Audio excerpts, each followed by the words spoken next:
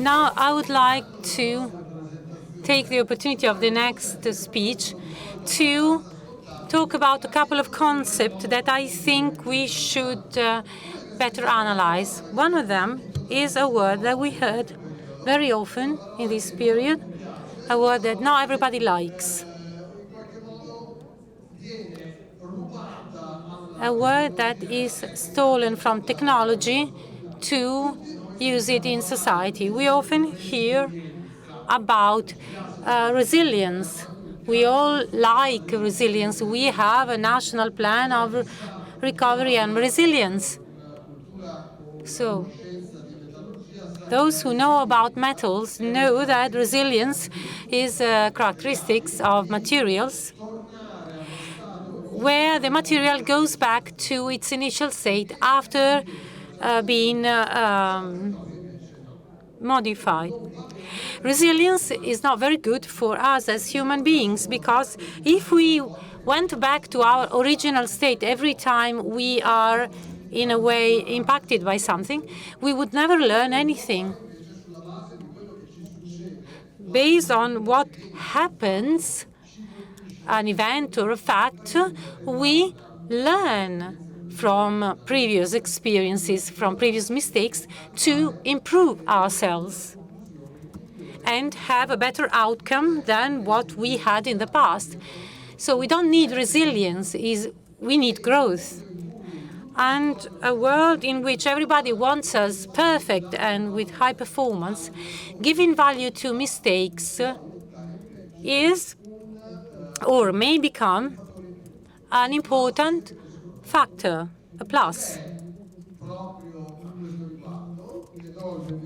So let's now give the floor to Kresimir Kekez, who will be talking to us about systematic and repetitive failures in cathodic protection designs, lesson learned from power plants piping systems. Systematic and repetitive failures in cathodic protection designs, what we learned from power plants piping systems.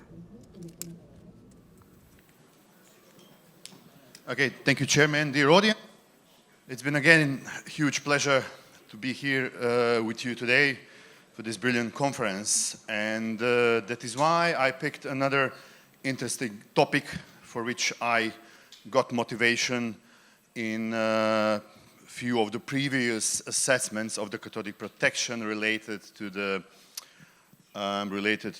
power plants.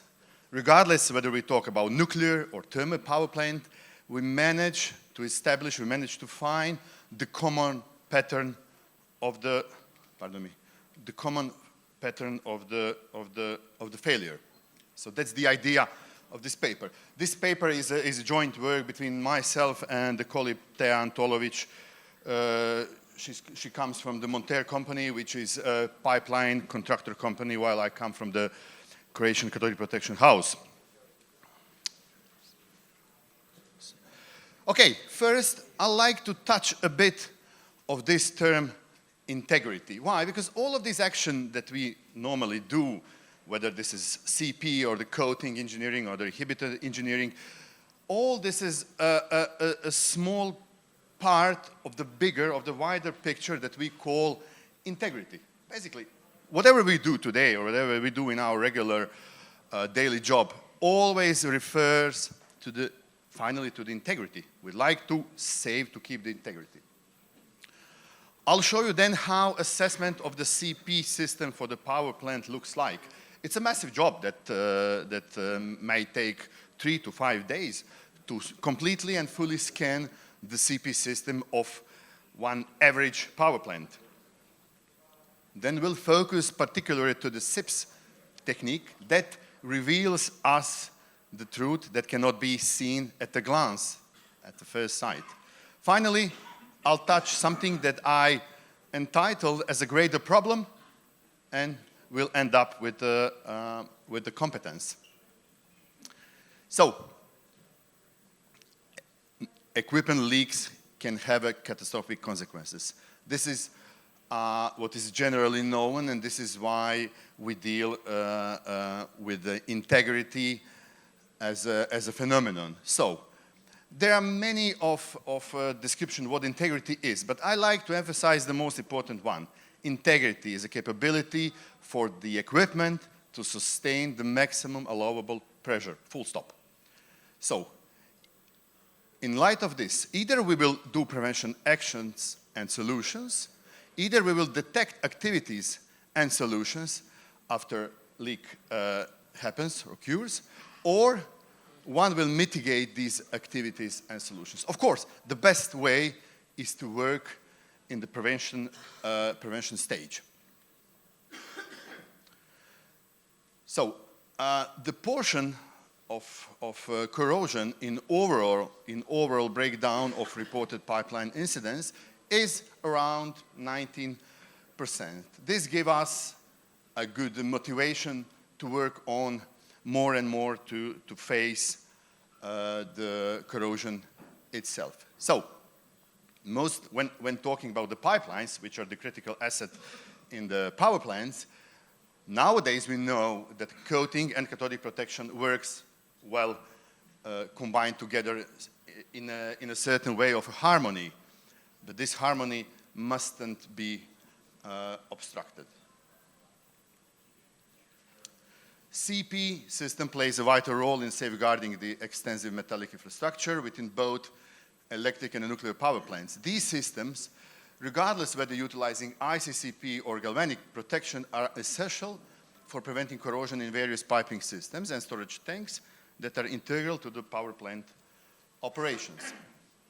So, once you get to the power plant, normally you face a vast network of the piping system that is accommodated below the ground. So, these can be cooling water pipes, wastewater pipes, fuel pipes, firefighting network, various types of the backup cooling systems, so on and so forth. Often, they are in a congested area driven through the certain corridor along the route of the power plant. Then you meet the storage tanks, whether they are below grade in the form of a bullet, or whether they are above ground storage tanks whose bottom plate are in contact with the corrosive environment. They contain the fuel, regular or backup fuel system, water, demi-water, chemical storage tanks, depending, of course, of the nature and type of the power plant. So these two assets normally are subject of cathodic protection, and this is not an issue. It's a good thing. But later we'll face what issue really is. This case study presents findings acquired over 3 power plants in the southern Eastern Europe. Due to the NDA restrictions, I cannot, of course, tell you which these are, but they are accommodated in the southeastern Europe. So, once getting to know more and more about these assessments that we perform and aligning the data, we realized something is wrong, but something is terribly wrong. Something is repetitively wrong, I'd say. So, when we start the assessment of the cathodic protection condition, we perform numerous tests to get a very bright picture of the system performance. That is why we start with the soil resistivity survey, following with the corrosion potential survey, if probes are available. Then we check the permanent reference electrode through the calibration by the calibrated reference electrode. Then we move to the anode, measuring various anode parameters, such as leakage resistance, anode potential, anode current. Cathode parameters, by the meaning of either pipe, either tank bottom, the leakage resistance of each single cathode. Following by the on-off measurement campaign, in which we, if it's possible, install the current interrupters and disconnect the current in cyclic manner. Insulating joint check is a very effective and valuable assessment of survey, if you want. Why? Because we get the idea whether a joint works its original duty. Finally, depolarization tests can tell us a lot about the nature and the pace of depolarization, giving the idea of the environment. And SIPS DCVG.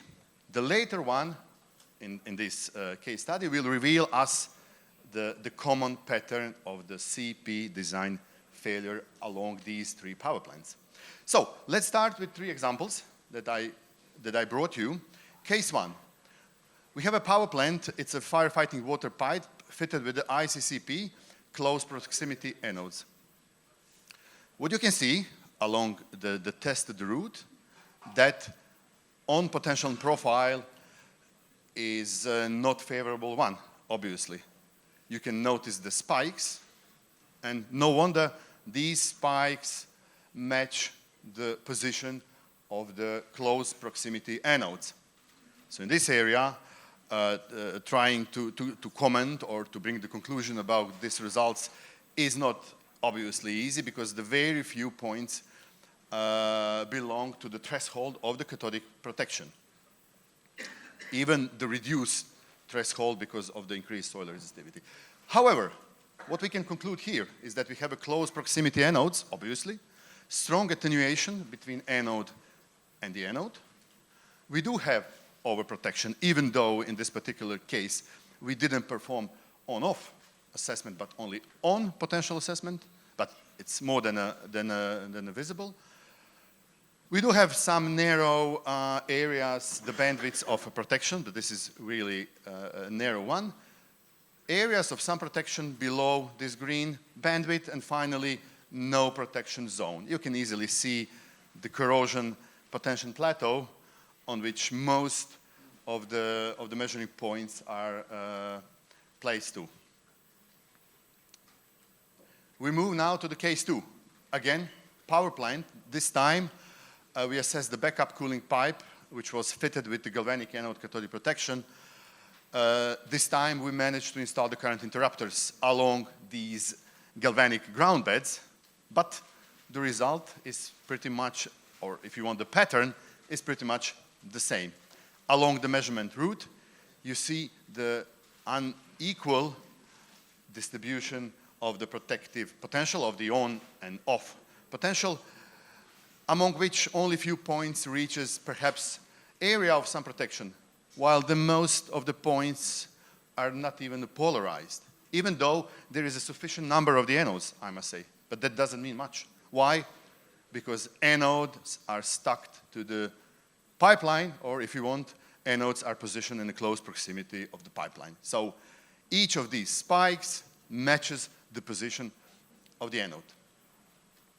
So very uneven current distribution. Again, the plateau of corrosion potential can be easily seen. Our job, I must emphasize this, our job is not to comment whether there is a corrosion or not, since we are the CP experts, but we know that with the corrosion potential, there is a high chance of corrosion because none of cathodic polarization comes to the metallic surface. Again, close proximity anodes, no doubt about that.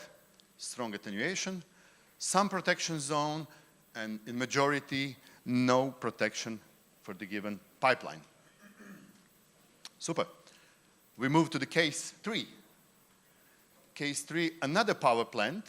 This time, the job was to perform survey over backup cooling pipe fitted with the galvanic anode cathodic protection. So what we got? Again, I'm sorry. Numerous spikes being detected through the close interval potential survey combined with the DCVG, but here we work only with the cathodic protection. You see, again, spikes that reveal the position of the anodes.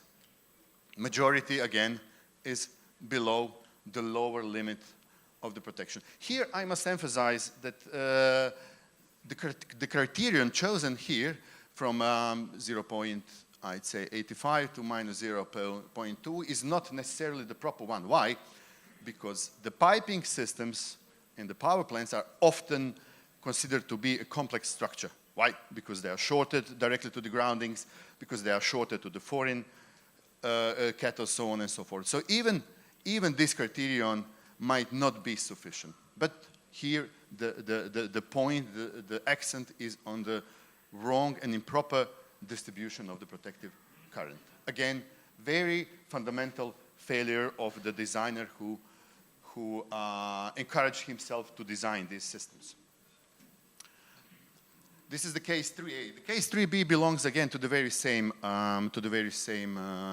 power plant, but different pipe or different route of the pipe. Here you can see no protection at all, even though the pattern of the anodes can be seen. But none of these anodes is possible to perform the task, e.g. to polarize the system to the minimum required potential level. So no protection at all. Maybe here we can talk even about the poor anode performance. The people who do the casting of the anodes might tell more here. What might went wrong with the anode being improperly casted or with improper chemical composition. However, the result is very clear. And of course, the first problem, which is close proximity anodes. Okay, we move to the case 3C. Again, the same power plant, backup cooling pipe, galvanic anode. In this area, we spotted the corrosion potential plateau with some reaction of the anodes, but when overlapping the SIPS data with information of the leakages given by the contractor, by the owner of the power plant, we got to know that first pipe rupture occurred here at this point. Well, no wonder, because no traces of cathodic protection. So again, close proximity anode, most likely missing anodes along the route, poor anode performance, either too high solar resistivity, either other parameters, and finally, no protection. So what is the greater problem? In my language, we say, jedno zlo nikada ne dolazi samo, by the meaning that single evil never comes alone. There is a saying even in Italian, but I couldn't manage to put it here. In English, we say, when it rains, it pours.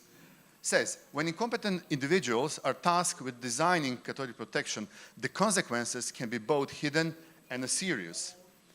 As seen in the multiple case studies, the design flaws in the CP systems are not immediately obvious. This is what is maybe the biggest threat here. They reveal themselves when? Only during the detailed assessment, or even worse, when the damage is done and leakage occurs. I'll go slightly back to one of these slides. Now imagine why the operator, the regular operator, or the team among the power plant technicians didn't notice that anything is wrong. Why? Because their measuring posts are here, here, and here, and here. So they couldn't notice that something was wrong in between these measuring points. But at the first sight, when we got the design, or the schedule of the anodes, even before this assessment, it was more than obvious that something won't be all right over there, that anodes are attached to the pipeline too close, accommodating themselves in the voltage cone, in a strong influence of the anode. That is why cathodic protection cannot be spread along, because the pipeline is in the strong voltage cone produced by the anode. Okay, I will conclude with the competence, or instead of the conclusion, I'll talk now a bit about the competence. The competence is essential. Why? Because, as you've seen in this paper, if the CP design is attributed to the engineers that are not competent, even though they are engineers, the failure might and will occur. But we never know when, we never know to which extent. But this is the obvious thing. There are two internationally recognized certification schemes, according to which one can be certified. By my knowledge, it's either ISO, it's either AMPP, NACE, CP program. Both of these have 4 or even 5 levels that provide certain competence to each single level. So of course, the design personnel should be from level 3 above. In that case, this wouldn't happen. So it is important, once we know what problem is, to attribute the problem for the future. The greater evil is that we don't know how many more of these power plants are protected in this way. And just to be fully honest with you, these 3 power plants have nothing to do in common. They're not in the same countries, they're not operated by the same company, they're not commissioned in the same year. Obviously, they are not designed by the same engineers, but they have this common pattern of the failure, which I wanted to share with you. So, how to assess these engineers that perhaps still nowadays work with the cathodic protection? I reckon to introduce maybe level 0 or level -1, because, yeah, it might be funny. Why? Because they don't know, and we should tell them that they don't know, and we should maybe approach them how to certify themselves, how to get certain competence level that is required. I'm done. Thank you very much.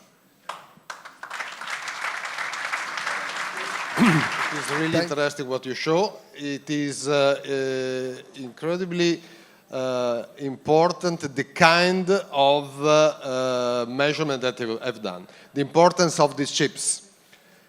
Chips is what you are giving as a result to know what is really protected. Because if you make the measurement only at the test post where you connect the anode, you will have a perfect plateau of very good values, I guess. Okay? Is it easy to perform a chips in a so congested area? Not as easy as on land, obviously, but yes, it's possible. You should know your route. You must check either to the papers, either through the preliminary measurement of the pipeline route. And yes, you should be aware that you are measuring basically often a common result of 2 or more pipelines. But when something is wrong, then something is wrong, regardless whether it is 1 pipeline, 2 or 3. Yeah? So it's a bit more challenging than when going just through the land outside of the congested area. Yeah? Ringraziamo. Thank you very much, Kresimir, for your presentation. It was really nice. And now let's move back to Italian with our next presentation. I have always been struck by one aspect of our work. We never stop learning. We never stop searching for new things. Even if we sometimes complicate our life because we're looking for in-depth information, in-depth knowledge. The important thing, the nice thing is that we constantly keep on searching. And there are companies whose mission is to try and improve themselves further and further in order to give their customers not only a good product, but also a good tool to understand if that product is okay or not. And having said this, I would like to introduce to you our next speaker, Cataldo Ruppi, Alpha Engineering.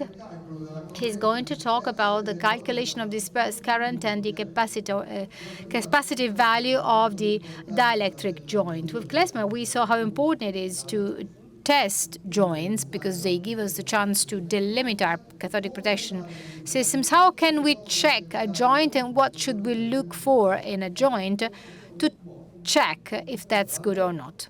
So, Cataldo, you have the floor. So, good morning everyone, and welcome back for those who were here yesterday, and welcome to those who arrived today. For those of you who know me, I mean, you know that I normally like to speak out of the box and think and speak out of the box. Before I show you my presentation, I need to tell you what the reason was why we did these experiments. We saw over the years that insulating joints are normally handled as pieces of, in a way, cables. So the electric part of the insulating joint was kind of not considered at all. It was impoverished. And sometimes sometimes problems, and you do not know if the joint is closed or if it is an open one.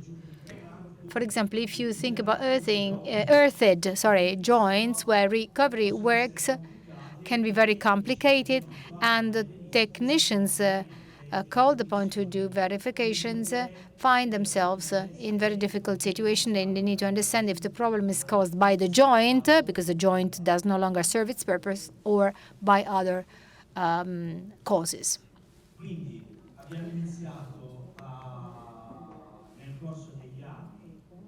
Over the years, we started collecting some data. I mean, we build joints. We build joints of every size and type. And therefore, we collected data. And we started attaching importance to one of the quality tests that we carry out before giving the joint to our customers. But data was collected also during the production stages, and that's the dielectric test. So in other words, when under stress, so when the joint is ready, before giving it to the floor, we apply a tension of 5,000 volts. Sometimes there are even lower tensions at a frequency of 50 hertz. And we see what the response is in milliamperes. Why are we talking about this? Standards indicate that it is enough that the joint does not break for a period of time that is, for example, 1 minute or 5 minutes. So in this period of time, in this duration, the joint should hold. But then we wondered, is this really enough? And this is what I would like to investigate with my presentation today. So standard ISO 15589.1 basically tells what I mentioned before. It prescribes these two durations of 1 minute and 5 minutes. But as we saw before, this is not enough, as some companies have played a bit in kind of making life impossible. For example, I'm referring to the first presentation on anodes.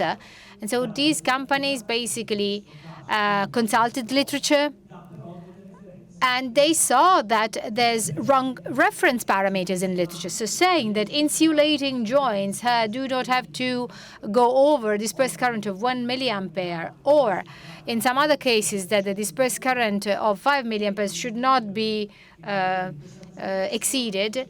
I mean, that is the reason why we believe that this criterion is completely wrong.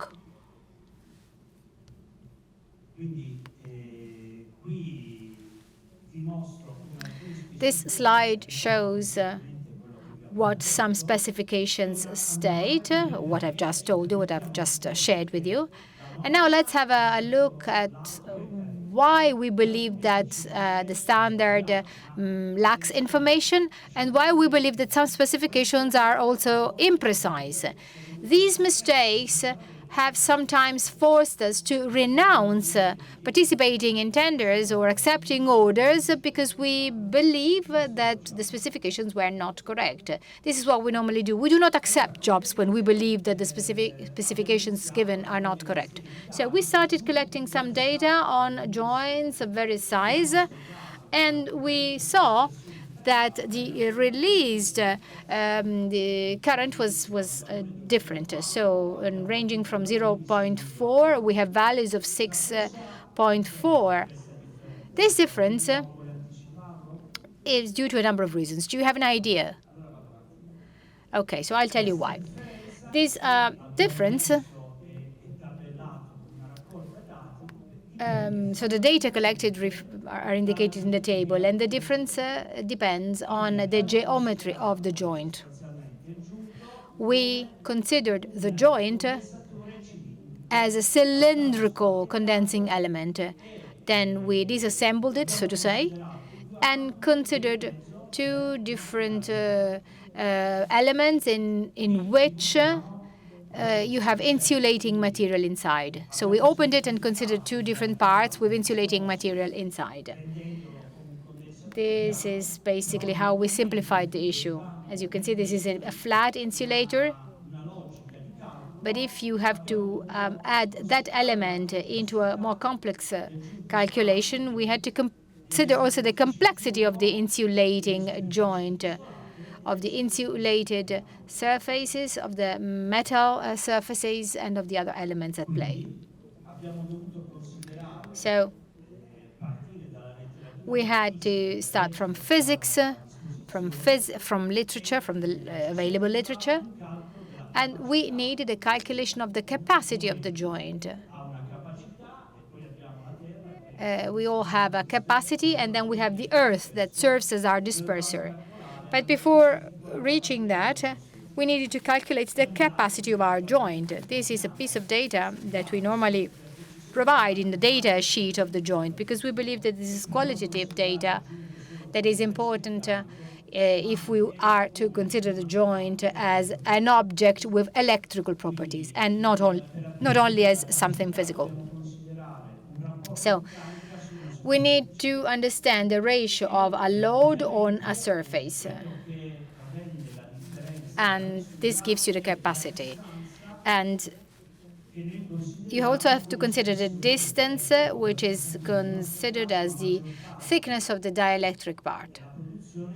Most of the production consists of joints with a thickness of dielectric material, that's the NEMA G11. This material, this thickness is 10 millimeters. And that will be the constant value. All the non-metallic areas have to have that homogeneous surface in order for the calculation to be modified. So we need to analyze the specific value as a dielectric constant parameter of the parts. And we have two types of material. The NEMA G11 I was talking about is this one here. But then the insulating joint is also filled with epoxy resin.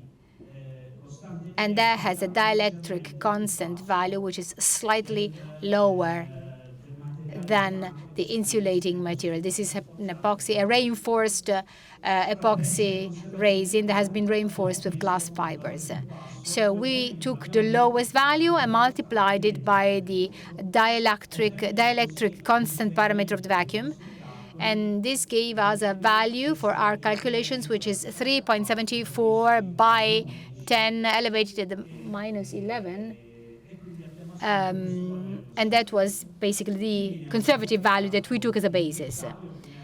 Here you see in detail how we approached the calculation. In other words, we considered all the metal sections and the non-metal area, which is the one that results after not taking into account the metallic area. After the value of the joint, the capacity of the joint was ascertained, we can then see, basically, we can determine the I, which is the dispersion current. So the formula that you see in the slide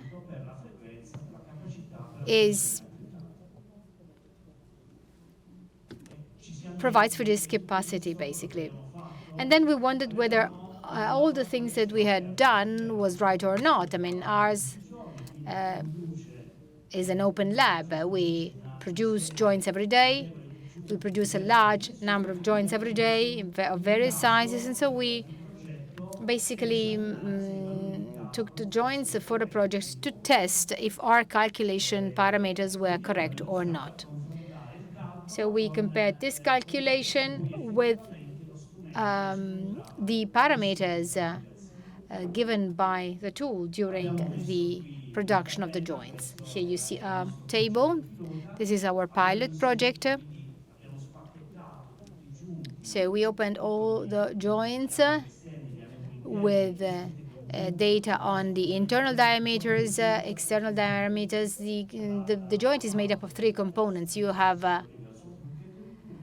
there's a part that is linked with one tube, then the other part, and then there is a closing ring, a retention ring.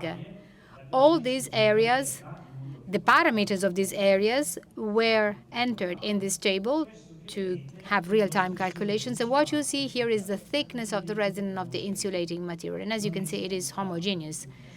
This should not be taken for granted. I mean, not all the joints that you happen to find installed provide for the same values. These parameters, however, are very important. They provide for the geometry of the joints. And so if you want to respect that geometrical sizes, you need to buy more steel, and therefore you need to spend more.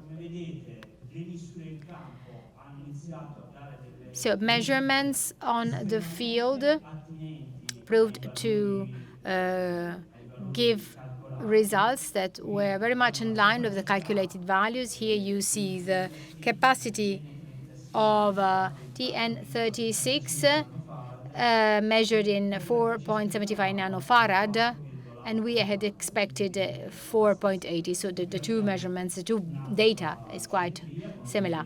Another geometry, another size, TN24. In this case, too, we obtained 3.03. and 3.13 was the calculated one. And one last example, 12 inches. So basically, we took joints of various sizes, 1.07 as against 1.066. So more or less it's the same. This is more or less the same. Here you see the data. And I'd like to draw your attention to these 3 values. So the DN12 with a dispersion current of 1.51 milliampere. The 24 inches, 2.65 is the current calculated value. And then the 36 inches, 7.54 milliamperes. So we took tests at various voltage parameters, voltage values. The value detected for the 36-inch joint is higher than the 5 milliamperes indicated by some specifications. And this should be food for thought for those who write the standards. Those who draft the standards should implement the specifications for dielectric insulating joints that is contained in the 15589.1, so first part. Then we tested the capacity, which is proportional with our current leakage. And here you see the data that provides for the demonstration. The value is 7.3 milliampere. We had calculated 7.54.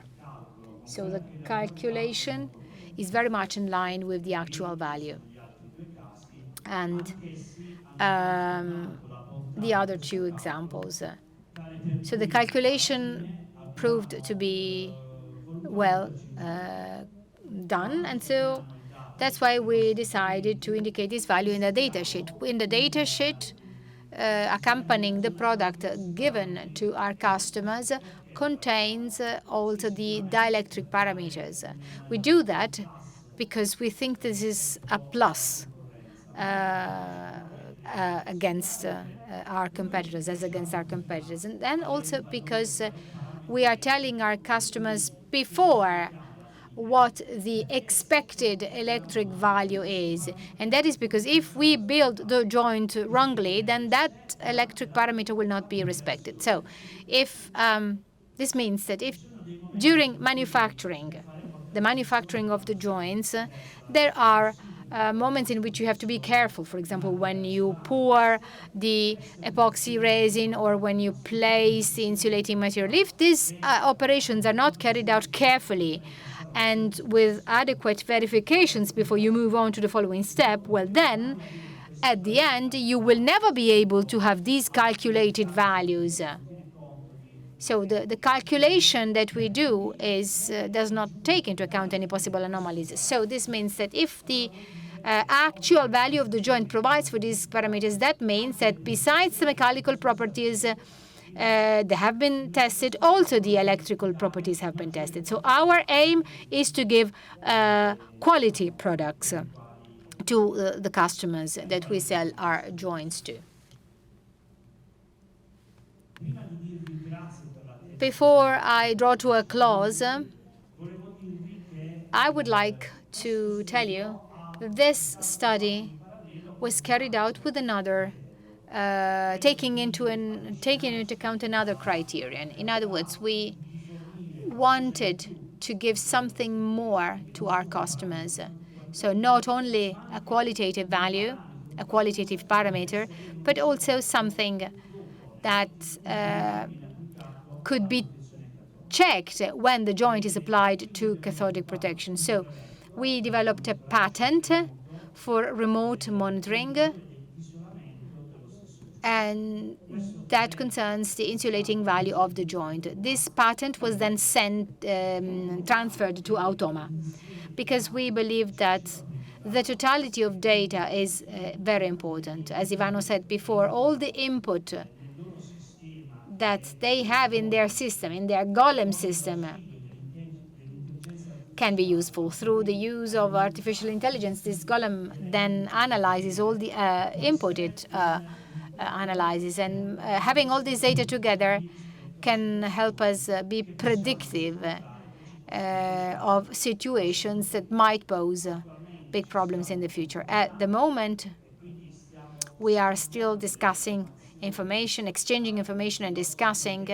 Our technical team and Automa's technical team are collaborating, because we believe that the insulating joint is a critical point in the line, and that can also provide additional information. So do remain in touch. Please remain in touch with Automa and Alpha Engineering, because very interesting news are about to come in this respect. And then finally, this is the slide. You're all kindly invited to participate in another study that we conducted, which concerns the application of insulating joints ready for hydrogen applications. Are we really ready? We are supported by certifying bodies. There are, of course, challenges to be met and interesting updates, and we will be glad to share all this information with you on the 29th of November. We are based in, we're going to be in Modena, so near the location, near the headquarters of Alpha Engineering. Please get in touch with us if you would like to participate, and I will provide you with additional information. Thank you very much, Marco. Thank you, Cataldo. Thanks for your interesting presentation and challenging. So before asking questions, actually, I also have a remark. You're all very, very good. I mean, you always put yourself in increasingly challenging situations. I mean, the requests by customers and the norms were not enough for you. You wanted to promise something more to your clients. So I don't know if there are questions from the floor. I just have a curiosity. Haven't you tested if there is a correlation between the current you calculate, or the capacity, and maybe the diameter? Yes, yes, indeed. There is a direct link, because geometry depends on size. So that's the point. And what kind of relationship? Is it a linear one? Is it a quadratic one? It's not linear. It's not linear because the geometry of metal elements, if you think of a joint in section, depends on the design. So you may have a joint that is used for a category of class 150, but it can be produced also for a higher category, a higher class. And if it is to be produced for a higher class, the steel has to be present in larger quantity, and as a consequence, that same size, that same measurement changes. We carried out this test, and I mean, your question gave me the possibility to add one piece of information. Actually, we were sort of forced to do these kind of measurements because we were competing with big companies. We had a big project at stake with Metal Gas, and we worked with Saipem and McDermott, and they insisted on the issue of electric dispersion. So we had to submit a report to them, so those famous 5 million pairs could not be present. I mean, if you have a very big joint of 38 inches, you have to show certain values. So yes, definitely, it's the geometry of steel elements that geometry determines that given value. So I cannot tell you that it is a linear link, but then, I mean, one could carry out an analysis. Yes, definitely. Another question?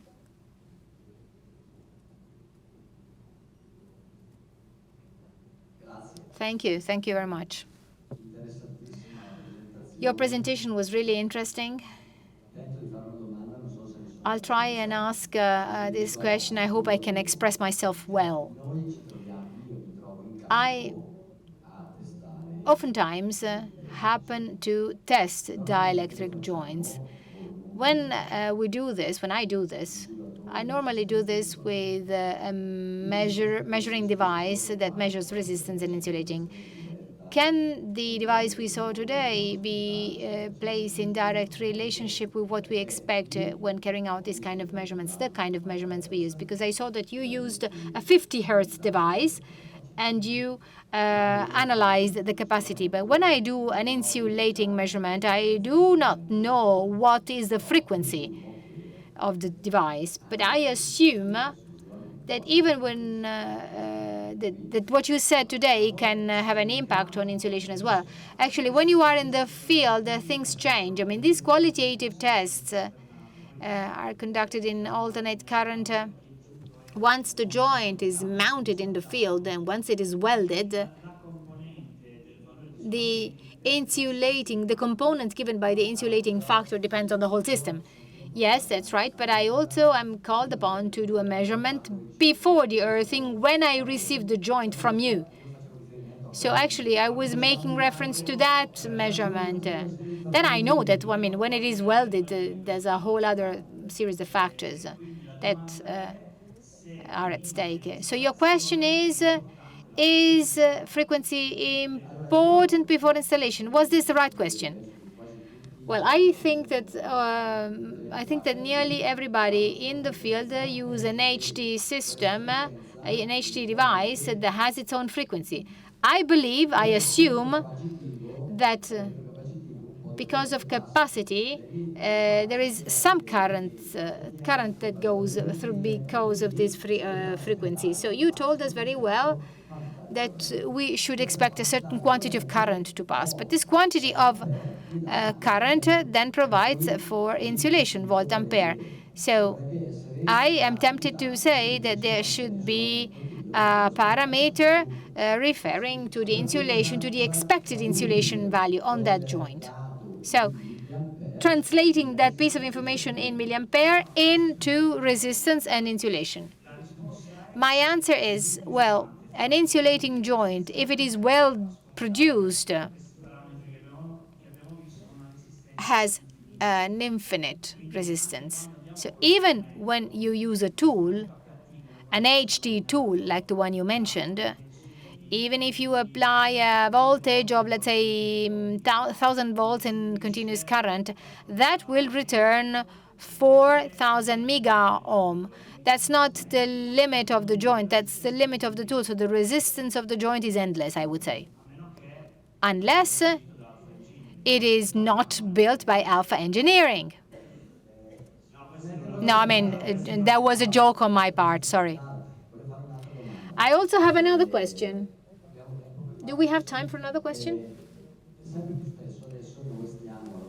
All too often, we are working on aqueducts. That's a very interesting topic, and everybody talks about aqueducts. And when we do the work, I normally refer to a table probably released by Professor Pastori in Bergamo or the Polytechnic in Milan. The table brings together the diameter of the pipe with the length of the internal insulator that is necessary to adequately insulate the two parts of the structure. I always have problems in proposing to the customer who can be the right manufacturer of certified joints with this adequate length, joints that can be used in aqueducts. Right in these days, we are facing contractors and talking to contractors who have to install joints for aqueducts. Actually, that field has no rules. Their only parameter is price. So we're really quarreling with them. We're arguing with them because, of course, we need to calculate the resistivity of the water in that specific area, and then we need to calculate the length of the spool based on the diameter. But I do not even do this, argue with these arguments with the contractors, because much education has to be done there, and much work has to be done in terms of norms and standards. In other words, competition is very fierce in this respect. If I propose a spool to a customer, he will not accept it because actually the budget will be too high. Yes, that's right, but I start from another assumption. As a designer, I impose certain lengths, but the fact is, the problem is that the industry must give me the adequate product with right prices so that I can add it into my specifications. While so far, manufacturers have never proposed a catalog telling me that the joint is already calibrated to be used in aqueducts. How can I know the resistivity, however? I can take, for example, a piece of information. Can that be assumed as a general data? Well, no, there's tables. And I may even play on the safe side and maybe say that with the length of a joint for drinking water is a given. Actually, I mean, we'll consider your information into account. I know that I'm going to have little chances because providing the traditional joint of the classical traditional lens is very difficult today. Today it's very difficult. At the moment it's very difficult to convince buyers that they have to use certain joints, for example, certified for drinking water, or internal paints certified for drinking water. I mean, they believe that what I say is unrealistic. We are witnessing an inversion of the trend, a gradual inversion of the trend, and that's symptoms of the fact that the world is changing. However, we still have a far west in this. Actually, I saw a certain way of working that I do not want to share with you. I've seen things that you humans have never seen.